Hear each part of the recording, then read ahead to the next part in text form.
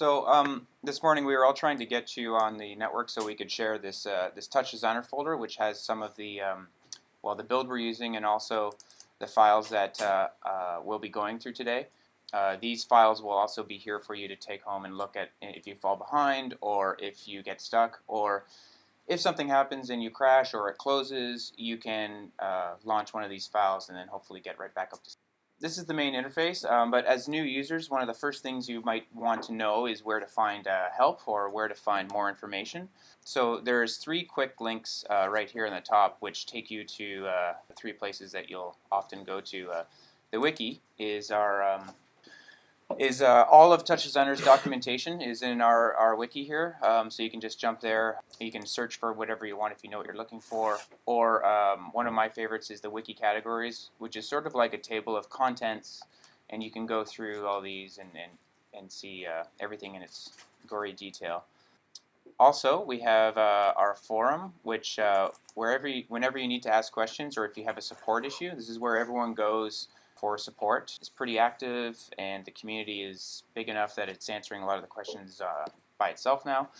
And we'll jump in if we see a question has gone unattended for a day or two, then we'll try to answer that as quickly as possible. The last quick link is to our tutorials section. So this is just a launch point for tutorials. I also recommend looking at this Learning Touch link in the left column. This is more of a everything, videos, tutorials, documentation, and forums. It gives you pointers to all that stuff. So this is where you can find some of the initial help. The other place would be, of course, the help menu, and you'll find, again, direct links to our wiki and our forum and our tutorials. But then there's also a few other things down here, such as operator snippets, which we'll show you in a bit, but or I can just open it now, actually. But this is basically a whole bunch of example files we've all put into one file. It opens in a separate session in TouchDesigner. And if you're ever wondering how one of these operators works, you'll find an example in here. And you can look at, for example, the movie file in, and you can see there's a little help here. Use this button to reload a movie, and you can see it actually in a network in context, how you might use it. So this is very very helpful. It's kind of like if anyone's familiar to Max MSP, there's those little patch examples in it, something like that. So we don't need that for now, though. There's also, if you're ever working offline, which a lot of installation and projects that you end up finding yourself in a place that doesn't have online or internet, you can download our help, so it's on your computer all the time, as opposed to needing an internet connection. So you can download the offline help and set it up. That might be handy if you're working in offline areas. And then the last little part of this help menu that's important to know is the About TouchDesigner. If you click on that, it'll show you what build you're running. This is really important because we put out new builds probably every week or every 2 weeks at the longest.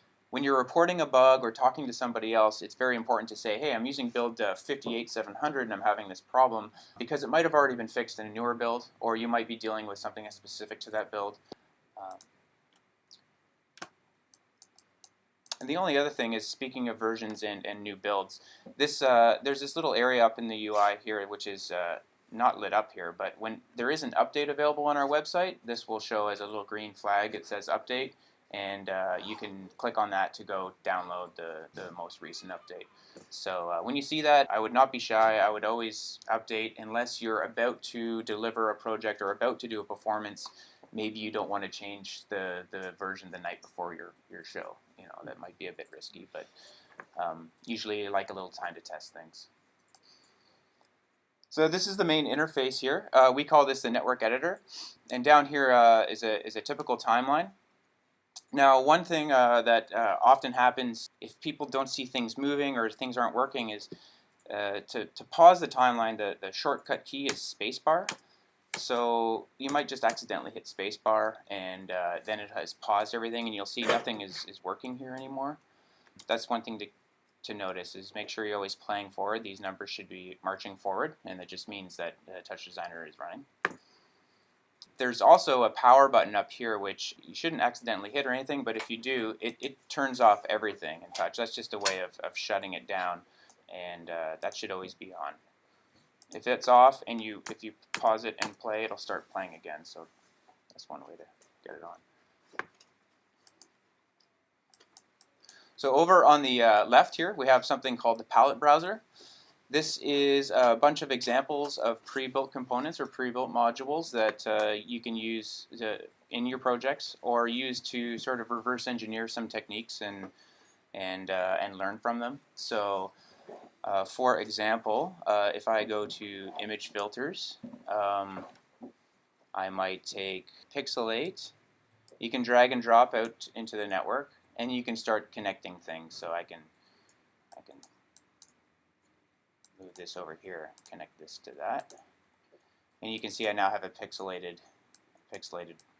trillium, which is the provincial flower of Ontario, where we're from, just in case you wanted to know. So the other thing you can do with a palette is you can actually store your own things. So I might change this to you know, my pixelate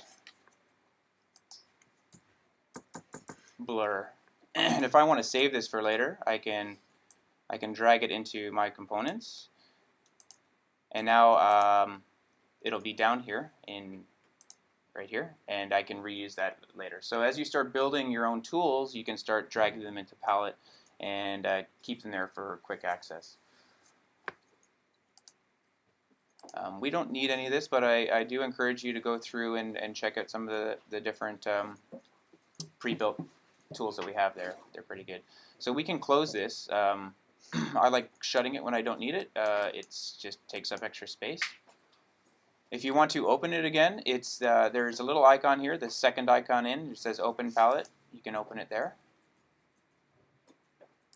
Or if you don't want it in your interface, and you can also find it under Dialogues, and it's called Palette Browser, and then you'll get a floating version of it, so you can put this on wherever you want. I'm going to delete the example Excuse me? Could you just do the trick to make it visible in the background and take it away again? Yeah, so over here, there's this second icon under File. And if you click on that, it'll open up. And you can just toggle that. Yeah. Any new project that you start fresh will have it open already. So this is our network editor, and I'll just show you how to navigate around a bit. The left mouse button will let you pan around the network. You'll get very large networks after a while, and you'll need to do that quite a bit. There's also a keyboard shortcut that's super handy, which is H for home. And that'll always just center everything so it all fits on your screen. So if you have a huge network and you can't find where you are, you can press H and it'll home your network for you. You can also, using your middle mouse button is what we use to zoom. So if you hold it down and go left and right, you'll be able to zoom your network. And then move around, put something up here, build something down here. Just get around your whole interface. Now, one thing that you can do with all these operators, these nodes, is you can actually resize them like a normal window. Like you can go like this. And new users often want to do that because they want to see it, and they go like this.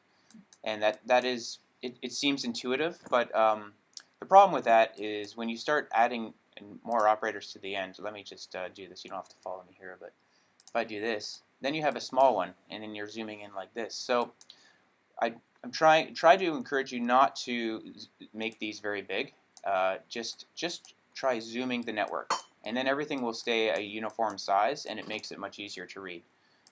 Maybe when you're finished your entire work and you want to highlight something for another user to see, then you can make it large and kind of draw some attention to it. But if you start doing this with every single one, the text will get small, you'll run out of space, it'll be hard to navigate. So I strongly discourage it. So I'm going to delete this big one because I don't like it. Mm-hmm. Is there a key to zoom in on a particular node? There is. So so H is the key to home everything. If I want to just home on the selected node, I was just about to go into selection, but if you click on any node, it has a green outline which shows you which one is selected. If you press Shift and H, it will home on the selected node.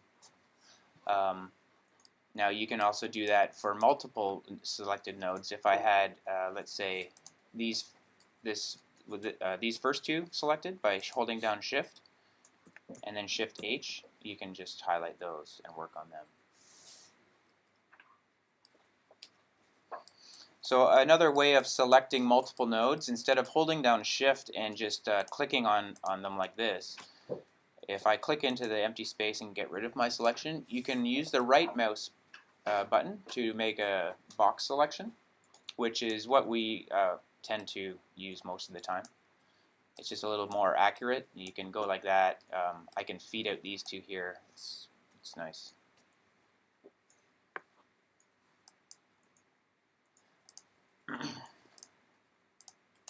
Now I resized this node and I don't like how it's resized, so if I select it, there's a way to resize everything back to normal when you get things all messed up. And if you right click in the network editor somewhere where there's no node, there is a reset node size and it'll reset it for you back to normal. So I use that often. So TouchDesigner is a procedural program, and all the data or information passes from left to right. So we start here with an image that we're reading in, and the information is passed down from the left to the right. You can kind of imagine it flowing across like this. These two are feeding into this place, and it's going through this node, and etc. So now we'll also notice that we have different color operators here. These are all purple. This is one of the family of operators that we're going to talk about this morning. This one down here is green, which is a different family, and you can see that it's definitely holding a different type of data. This is image data. It's showing you images, and this is animation data, like an animation channel.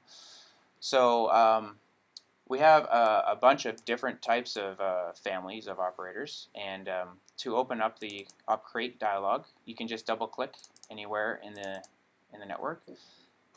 And these families up here, these short forms here, are all the different families of operators. So we're going to be going over those today and just show you how they work. Now, if I want to make, I'll just concentrate on the tops for now, the purple operators. So if you make a new operator, let's say I'll select a top and then a blur top and put it down. It's waiting for you to connect something, so it gives you a little error. Now to do that, you just click on one of these output connectors. These little boxes here. Yeah. Oh, okay. So what I did was I double-clicked in the empty space, and then make sure you're in the purple because we're matching colors. We want to keep tops, and grab a blur top. Ah, okay. Sorry. You might have something that looks like that.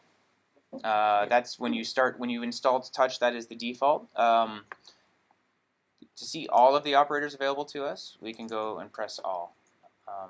We have this basic to start for new users to start out. Those are the most commonly used ones, and you can get pretty far with all those. But we're going to go past that today. We're going to show you everything. So select all, and then you'll see the same list I have.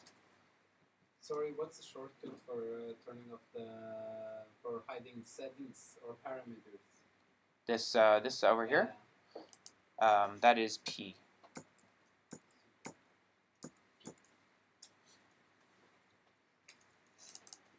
So again, I'm double-clicking to open that up, and I'm just selecting a blur top.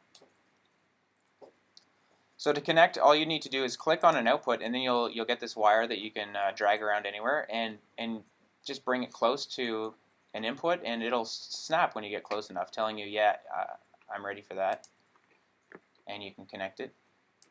There's a few other ways of manipulating these wires. If I wanted to disconnect that, I can click on the input, select, and I can click away into space here and it would disconnect. And this is just good practice for connecting. Or I could actually, as you hover over the wire, it goes yellow, you can right click on it and you can say disconnect there. That'll be really handy. Sometimes you have 100 of them going into one node and you need to pick one wire, so I use the right click a lot for that. There is also, I want to show you, if I try to, you can also, just because this is going over here, it doesn't mean you can't click on the output and connect it to another node. This is what we call branching a network. And you'll also notice that if I move this over, this is a green node, so it's a chop. These have different data types, so you can't wire them together. If I try to take this wire down here, it rejects it. See, it closes its little input. It says no, that's not going to work. You can only do purple to purple connections by wires. There is ways of converting data, which I'll show you in a bit, but for actually connecting them so that they're flowing through these operators, you always need to make sure that the op family and the color of the operator is the same.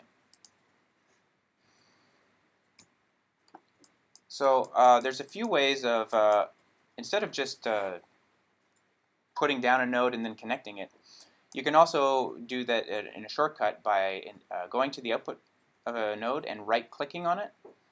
Right-clicking on it will bring up the op-create dialog right there for you. And then when you select one, such as, let's do a different one, let's do edge this time. Now you'll see that it automatically wired it for you, so it saves you a step. You don't have to wire it. If I do that in between two operators, if I right-click it here and select the blur again or whatever you'd like, it'll actually insert it in the middle. So you have a lot less work to do with connecting both the input and the output of that node. See, the other way of doing that is I could, I could put a blur top down here, but then I have to connect this like this, and then I got to connect this like this. It's just a waste of time. So. Now, another way of connecting nodes is, let's say, I like this here, but I want to make a new branch that I showed you earlier, but I want to branch it off here. If instead of using the right-click button, you use the middle-click button, and you select, I can do another blur maybe down here. Now I have a branch. So right-click will go right in line, and middle-click will make a new branch.